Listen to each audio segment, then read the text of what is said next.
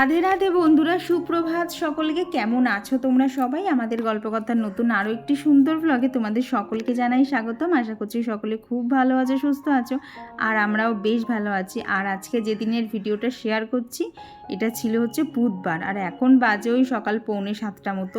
ইদানিং করে জানো তো এত গরম পড়েছে, এই যে স্কিন কেয়ারটা করলাম না, স্কিন কেয়ার জানি না স্কিনে কতটা ঢুকছে, কারণ তার আগেই একদম ঘেমে স্নান হয়ে যাচ্ছি। আর সকালবেলা যতই সকালবেলা হোক না কেন, রান্নাঘরে ঢুকলেই কিন্তু এমন একটা ঘাম হয় না, সেটা বলার না। আর এই যে কপালে টিপটা পরেছিলাম, পরের দিকে টিপটাকে আর খুঁজে পাইনি, ও যে কোথায় পড়ে গেছিলো, কাজ করতে করতে কোথায় যে পড়ে গেছে। আর এমনিতেও আজকে অনেক কাজ আছে, স্পেশালি অনেক কাছাকাছি রয়েছে। তো এমনিতে দৈনন্দিন যা কাজ থাকে সেগুলো আছেই, তার সাথে কাছাকাছি যুক্ত হয়েছে। আর যা গরম পড়েছে না, একটু যদি বুদ্ধি করে প্ল্যান করে কাজ না করা হয় না, ওই সারাদিন ধরে গরমের মধ্যে কাজ করতে একদমই ভালো লাগবে না। তো এইদিকে চলে এসেছি হচ্ছে রান্নাঘরে, এসে আগে হচ্ছে ভাতটা বসাচ্ছি। তো এখনও যেহেতু আমাদের নতুন কোনো সিলিন্ডার দেয়নি, তো এখন থেকে রাইস কুকারেই ভাত হবে। তো একজন দিদিভাই জিজ্ঞেস করেছিল যে রাইস কুকারে কিভাবে ভাত করে, তুমি ঠিক করে উঠতে পারো না। দেখো, রাইস কুকারে দেখবে ভেতরে একটা চাল মাপার কৌটো দেয়, কৌটো ঠিক নয়, বাটি মতো দেয়। তো সেই বাটি তুমি যত কাপ চাল নেবে তার ডবল জল দিয়ে না, ধরো তুমি যদি 2 কাপ চাল নাও, তার মধ্যে হচ্ছে 4 কাপ জল দেওয়ার পর আরও 1 কাপ বেশি দেবে। আশা করছি তার মধ্যে হয়ে যায়, কারণ আমার ভাত করার সময় ওইটাতে আমার হয়ে যায়। তবে কি বলো তো, জায়গা বিশেষে তো চাল অন্যান্য রকম হয়। তুমি ওই 5 কাপ মতো জল দেওয়ার পর দেখবে, যদি দেখো যে ভাত এখনও আরেকটু হতে হবে, তবে সেই মতো আরেকটুখানি জল দেবে। আর দেখো, রাইস কুকারে করতে গেলে একদিনে তো সেটা শেখা যাবে না। তো যেভাবে আমি বললাম ওইভাবে চেষ্টা করো, আশা করছি তুমিও শিখে যাবে। আর একবার তোমাকে বলে দিই, যদি 2 কাপ চাল নাও, তার 2 কাপের ডবল হচ্ছে 4 কাপ জল দেবে। তারপর সব মিলিয়ে 1 কাপ মতো জল, ওই চালের যে কোটোটা আছে সেইটা মেপেই কিন্তু জল দেবে। তাহলেই দেখবে ভাত একদম ঝরঝরে হবে, কারোর সাথে কেউ লেগেও যাবে না। তো এদিকে তো দেখলে ভেন্ডি, টমেটো, আলু যা যা দরকার ছিল সব কেটে নিয়েছি। আজকে করছি হচ্ছে ভেন্ডি আলুর তরকারি। এই তরকারিটা আমার খুব একটা খেতে ভালো লাগে না, বাট কৌশিকের ভীষণ প্রিয়, তো সেই জন্য মাঝে সাঝে ওকে করে দেই। তবে আমি খুব বলতে পারো কষ্ট করে খাই, আমার এই ভেন্ডির তরকারিটা ভালো লাগে না।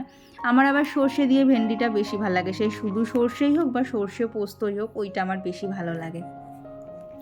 তো ওইদিকে তো ভাতের মতো হচ্ছে, এইদিকে হচ্ছে তরকারিটাও বসিয়ে দিয়েছি। আর আজকে এই যে সন্ধ্যের টিফিনে কৌশিককে দিয়েছিলাম মুড়ি আর চানাচুর।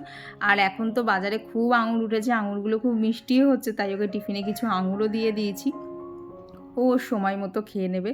আর এই কন্টেনারগুলো না, জানো তো এত পছন্দ হয়েছে, কি বলবো, এত সুন্দর কালারটা।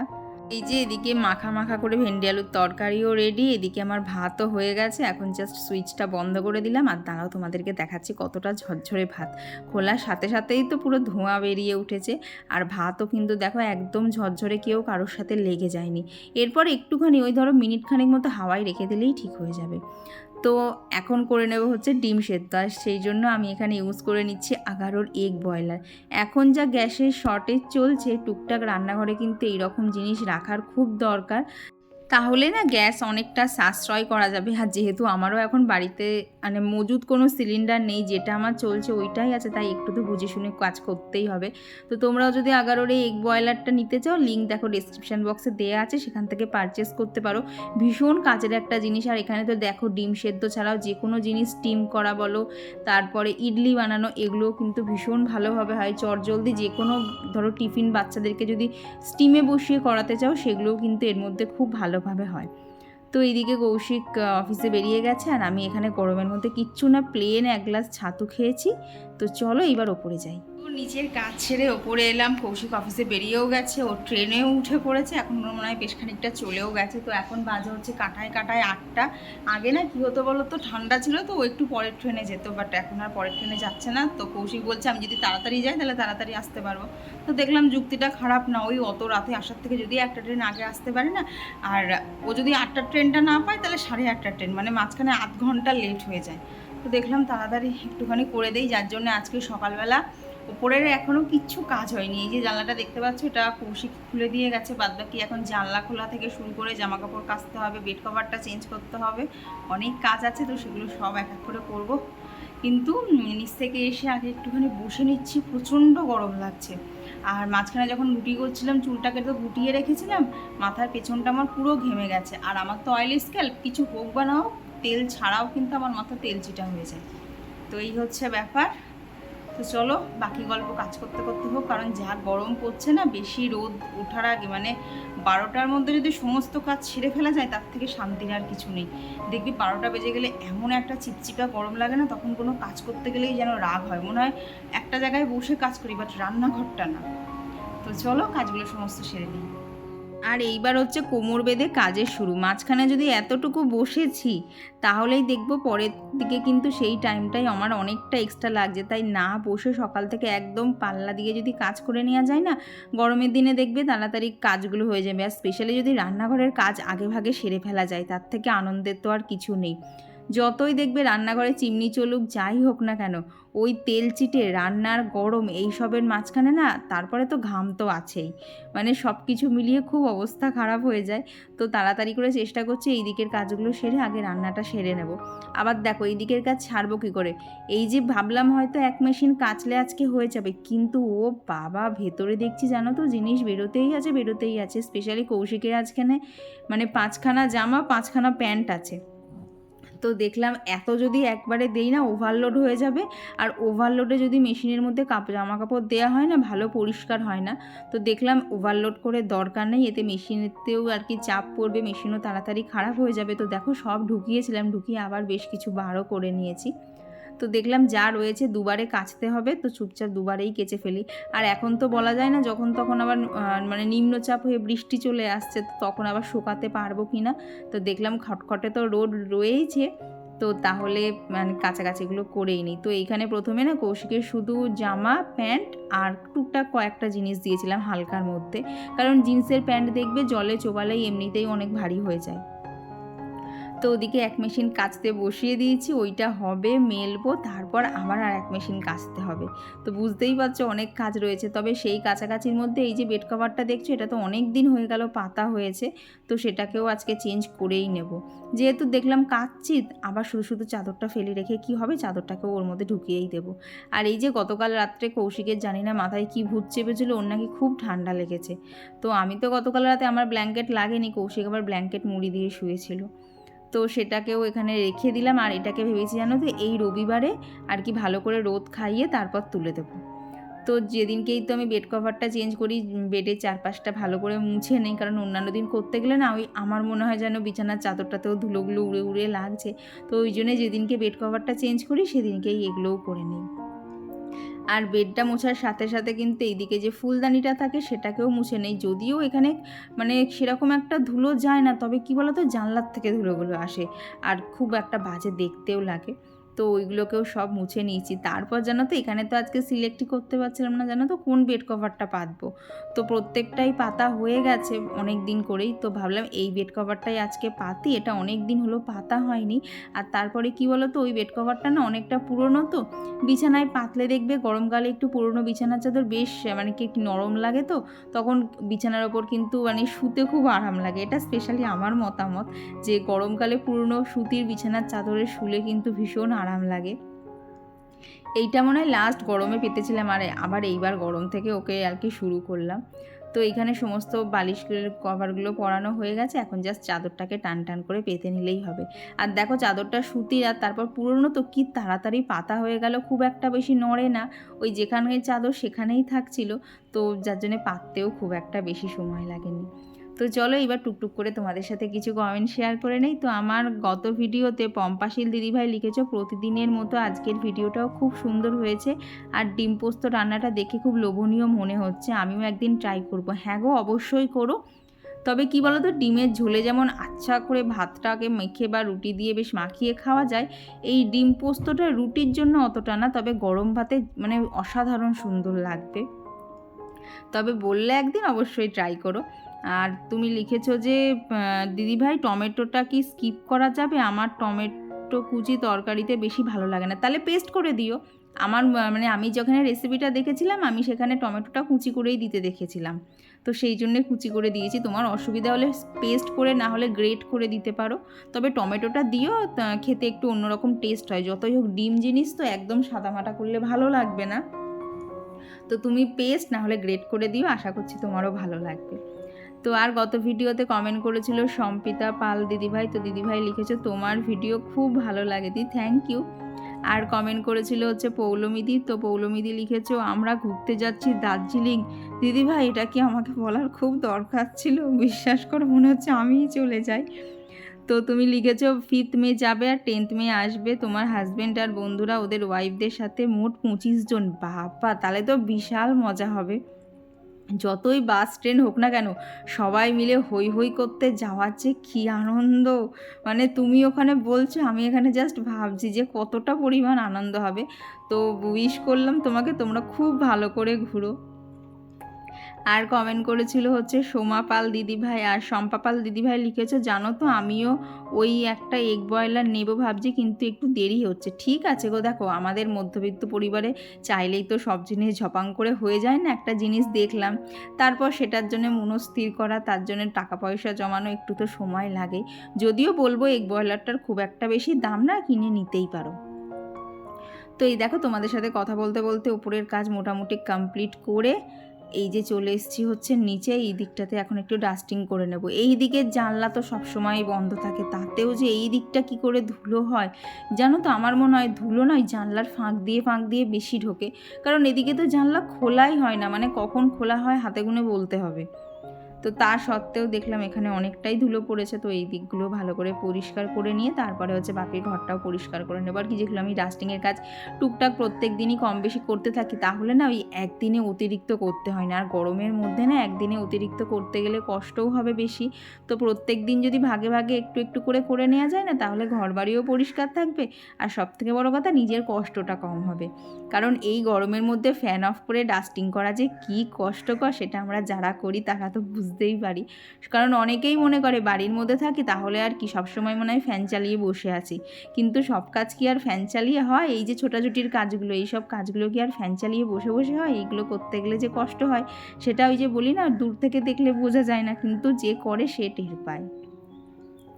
আর কমেন্ট করেছিল হচ্ছে প্রাপ্তি দিদিভাই, তো দিদিভাই লিখেছো কয়েকদিনের জন্য বাইরে গেছিলাম তাই কমেন্ট করতে পারিনি, তুমি খারাপ ভেবো না। না গো দিদিভাই, দেখো মানুষের সুবিধা অসুবিধা থাকতেই পারে, তবে তুমি যে মনে রেখেছো আমাকে, এটাই আমার কাছে অনেক।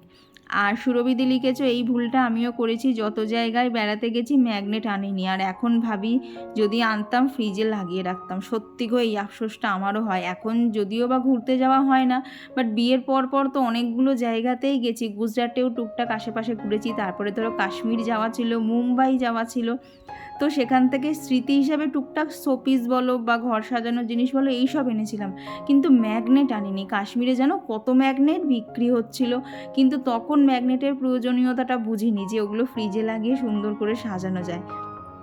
এইবার দেখো কাউকে যে আনতে বলবো, স্পেশালি মারও তো ঘুরে আসা হয়ে গেছে, তো এখন আমি জানি না কাউকে দিয়ে কাশ্মীর থেকে আবার কখনো কোনো ম্যাগনেট আনাতে পারবো কি না। আমার কাশ্মীরের একটা ম্যাগনেট জমা করার খুব ইচ্ছা রয়েছে, দেখি যদি কেউ চেনা সেরকম যায় তখন তাকে বলবো একটা এনে দিতে। আর সব থেকে বড়ো কথা কী বলো তো, সবাইকে তো দুমদাম বলে দেওয়া যায় না, তো একটু কাছের মানুষ হলে তখনই তাদেরকে বলা যায়।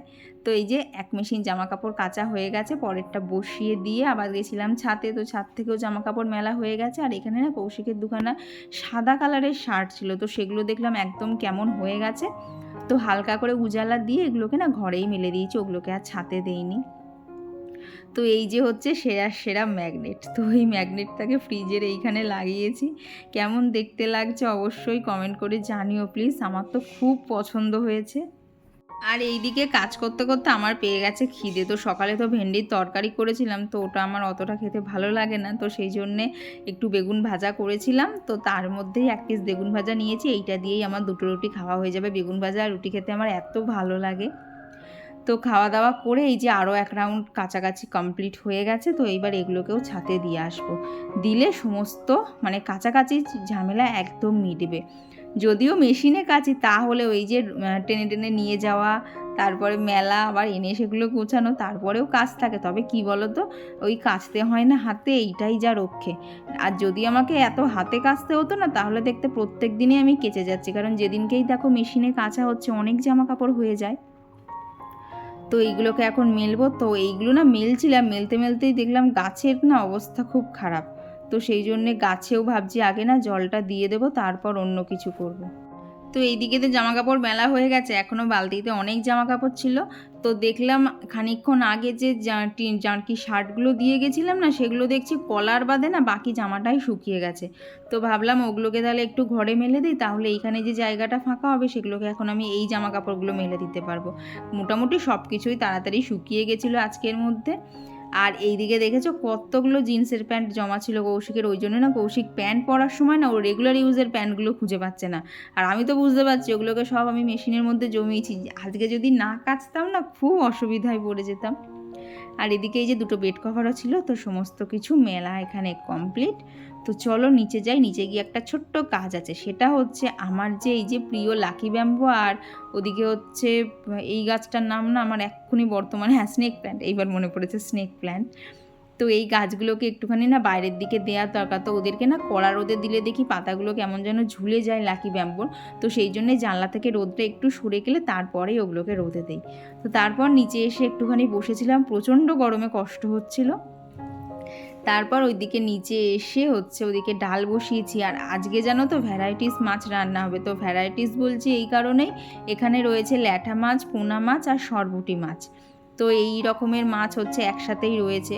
কারণ কি বলো তো, আগের দিন তো বাজারে গেছিলাম, তো যেখানে এই মাছগুলো বিক্রি হচ্ছিলো সমস্ত মাছ একই দাম ছিল আর একসাথেই রাখা ছিল। তো সেখান থেকে বেছে বেছে একটুখানি এইটা দুটো ওটা দুটো ওইভাবে নিয়ে এসেছিলাম। আর ল্যাটা মাছগুলো তো মানে সেরকম জানো তো আজকে অতটা টেস্ট ছিল না, যতই হোক ফ্রিজে রাখা ছিল তো। তবে জ্যান্ত মাছের টেস্ট কিন্তু অন্যরকম। আর এই মাছগুলো যদি জ্যান্ত হতো এরকম সোজা হয়ে উঠতোই না, পুরো বেঁকে একাকার হয়ে যেত। তো এইদিকে এখন হচ্ছে মাছের ঝোলটা করব, হচ্ছে ডাঁটা আর আলু দিয়ে, দেখলে তো কাটা হয়ে গেছে। আর এই হচ্ছে মাছের ঝোলের জন্য মশলা, এটাকেও পেস্ট করে নিয়েছি। এবার তাড়াতাড়ি করে মাছের ঝোলটা হয়ে গেলেই বলতে পারো আজকের মতো রান্নাবান্না কমপ্লিট। তো আর কমেন্ট করেছিল হচ্ছে সুপ্রিয়া দিদিভাই, তো দিদিভাই লিখেছো আমি তোমার ভিডিও রোজ দেখি, সত্যি কমেন্ট করা হয় না, তুমি তো শোনা মেয়ে, থ্যাংক ইউ দিদি। আর শম্পাপাল দিদিভাই লিখেছো কেমন আছো তুমি, জানো তো তোমার মতো আমিও ঘরে গাছ করতে ইচ্ছা করি, কিন্তু আমার ঘরে জায়গা নেই, তাই করতে পারি না। আচ্ছা ঘরে যদি মেঝেই রাখতে না পারো জানলাই রাখো, জানলা তো নিশ্চয়ই ঘরে একটা হলেও আছে। দেখবে একটা দুটো করে গাছ আগে কিনে এনে শুরু করো না, তারপর গাছ কিন্তু নিজের জায়গা নিজেই খুঁজে নেবে। তো যে গাছগুলো এখন সব থেকে সহজ বলতে পারো স্পাইডার প্ল্যান্ট, তারপরে মানি প্ল্যান্ট, স্নেক প্ল্যান্ট, এগুলো দু একটা এনে ঘরের জানলায় রাখো, তখন দেখবে আস্তে আস্তে বাকি গাছের জায়গা তুমি নিজেই করে নিতে পারছো। আর আমার গত ভিডিওতে আয়ুষী কমেন্ট করেছো দি ভাই তুমি সুস্থ আছো না কি গো, তোমার ভয়েস ওভারটা কেমন ভার ভার লাগছিল। আসলে সেদিনকে না অনেক সকালে তো ভয়েস দিয়েছিলাম আর কি, আগের দিনের ভিডিওটা। আর যদি বলো সুস্থ আছি না কি, সুস্থ এমনি আছি। জানো সমস্যাটা কি হয়েছে, আগে তো বলতাম আমার কোমরে ব্যথা থাকে, তো এক্সারসাইজ করে করে না কোমরের ব্যথাটা কমিয়ে ফেলেছি, ওটা আর থাকে না। কিন্তু ওই এক্সারসাইজ করতে গিয়ে না আমার বাঁ হাঁটুতে এত ব্যথা হয়ে গেছে না, জানো তো উঠতে বসতে গেলেই যখনই হাঁটুটা ভাঁজ করতে হচ্ছে না এমন লেগে উঠছে না, মানে উঠলে বসতে পারছি না, বসলে উঠতে পারছি না, এইরকম হয়ে গেছে। এইবার বলো তো কোমর সারাতে গিয়ে হাঁটুর এই অবস্থা হয়ে গেছে। কদিন ধরে তো ঠিকঠাক করে জানো তো হাঁটুতে মানে বাঁ হাঁটুটাই সেইভাবে প্রেশার দিতে পারছি না। তো এখন জানি না এই জন্য আবার না আমাকে ডাক্তার দেখাতে হয়, এত অবস্থা খারাপ হয়ে গেল কি করে। এদিকে যেন কোমরের ব্যথা একদম চলে গেছে ব্যায়াম করে করে, কি জ্বালাতন ভাবো তো, এক জায়গার ব্যথা কমাতে গেলাম তো আর এক জায়গায় ব্যথা হয়ে গেল। আর কমেন্ট করেছিল লোপামুদ্রা দি, তো দিদিভাই লিখেছো জানো তো মনে হয় এই ম্যাগনেটের থেকেই তোমার ম্যাগনেট জমানোর রাস্তা শুরু হলো। একদম দিদিভাই ঠিক কথা বলেছো গো, আমার পুরো মনের কথা। এখন মনে হচ্ছে কোথাও ঘুরতে যাই শুধুমাত্র ম্যাগনেট আনার জন্য ফ্রিজে লাগাবো, এত পছন্দ হয়েছে। আর তুমি লিখেছো যে যাই হোক ডিম পোস্তটা কিন্তু দারুণ লাগলো, থ্যাংক ইউ গো, একদিন বানিয়ে দেখো, আশা করছি তোমারও ভালো লাগবে। আর এই যে সারাদিন কাজ টাজ করে ঘর মোছার পর না ঘরে একটা যে অদ্ভুত রকমের শান্তি পাওয়া যায় না, এইগুলো জানো তো ভাষায় বলে বোঝানো না, তখন না সব সেরে ঘরটায় এসে যেন বসতেও একটা আরাম লাগে, মনে হয় এটাই হচ্ছে আমার শান্তির জায়গা। তাই সারাদিনের মধ্যে যখনই পারি ঘরটাকে একদম টিপটপ করে রাখার চেষ্টা করি। তো এরপর স্নান সেরে এখানে পুজো দেওয়াও হয়ে গেছে। আর জানো তো গাছে আজকে সেরকম ফুল পাইনি, আর ঘরেও সেরকম ফুল ছিল না, খুব অল্প অল্প ফুল দিয়ে আজকে ঠাকুরের পুজো করেছি।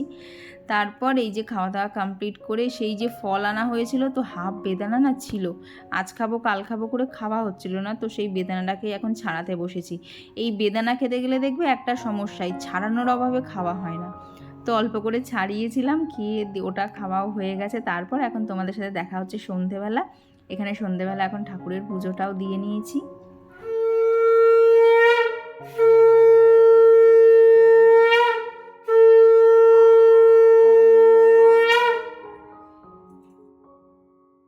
আর সারাদিন সমস্ত কাজ টাজ করতে করতে এখন নিচে পুজো টুজো নিচের যা টুকটাক কাজ থাকে সমস্ত সেরে উপরে আস্তে আস্তেই 7টা, এই বলতে পারো 7টা থেকে 9টা এই টাইমটা আমার একান্ত নিজের। এই টাইমটা একদম আমার মানে রিল্যাক্সে বলতে পারো, টিভি দেখাই হোক বা এডিট করা, এই সবগুলোই একটুখানি করে থাকি। তো চলো এই ভিডিওটা এখানেই রাখছি। ভিডিওটা তোমাদের কেমন লাগলো অবশ্যই জানিও, ভালো লাগলে একটা লাইক করে দিও। আর জানো তো এইখানটা গাছ টাকার ফলে আর একটা সুবিধা হচ্ছে, সন্ধ্যেবেলাটা না এই গাছের পাতা দিয়ে একটা ভীষণ সুন্দর হাওয়া আসে। তো চলো আজকের জন্য এখানেই রাখছি, টাটা।